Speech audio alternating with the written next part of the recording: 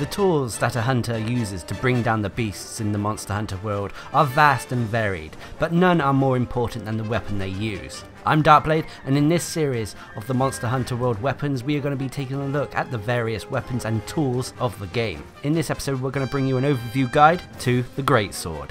Now, there is a large number of weapons in the game, but in these guides, we're going to go over the archetypes, which are basically the weapon classes.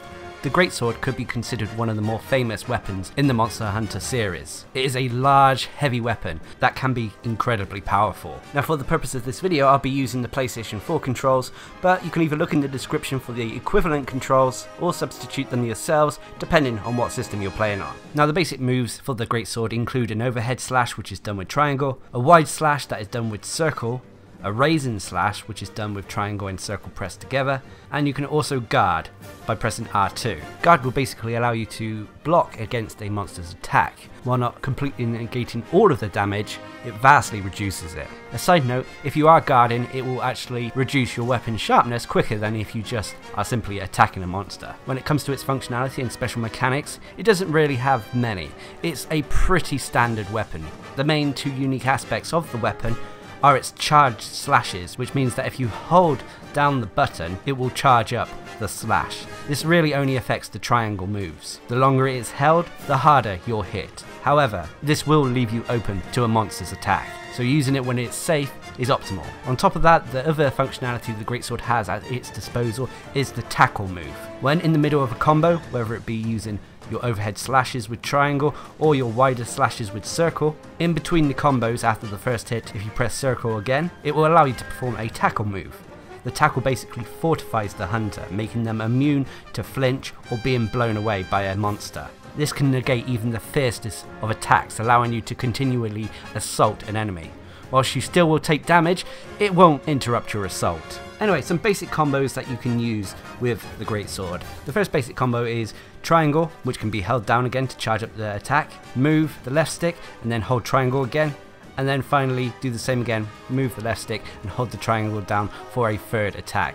This is probably the most powerful combo that you can do with the Greatsword, and you got to get used to using it. All of the triangle buttons can be held down as well during this combo to increase its damage, but like I said before, you will be left open if doing so. So use this combo when the enemy is in a trap or incapacitated. The next basic one involves just pressing circle, circle, circle. This is a fairly nice combo that utilizes the tackle, but also is a fairly wide combo, ensuring that you hit any enemy around you. And then finally, the next basic combo is a combo from a stationary position, which is done with circle, triangle and circle, and then circle again. This is quite a nice combo, and it can be repeated over and over again. This also has the benefit of not advancing your hunter backwards or forwards, so you can pretty much stay in place whilst doing this combo. Of course, you can mix and match all of these combos together. You don't have to do what is dictated by the game in its useful combo book, but knowing the basics definitely helps. Anyway, moving on to the pros and cons. Basically, the biggest pro about this weapon is its power.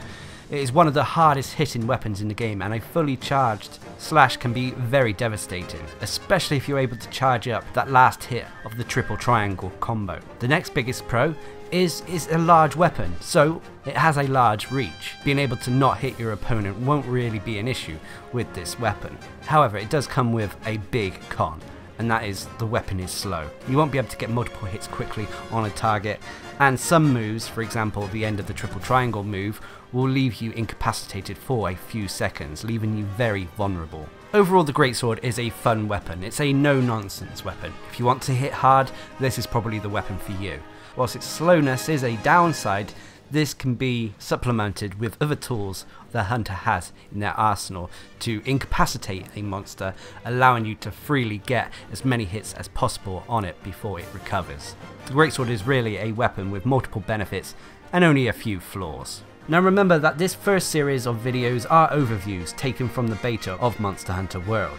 Once the game is fully released, expect to have more in-depth videos for the different weapons and tools of the game. And until next time, I've been Darcblade, bringing you the first of our Monster Hunter World weapon guides. Hope you enjoyed the video, thanks for watching, subscribe and like for more.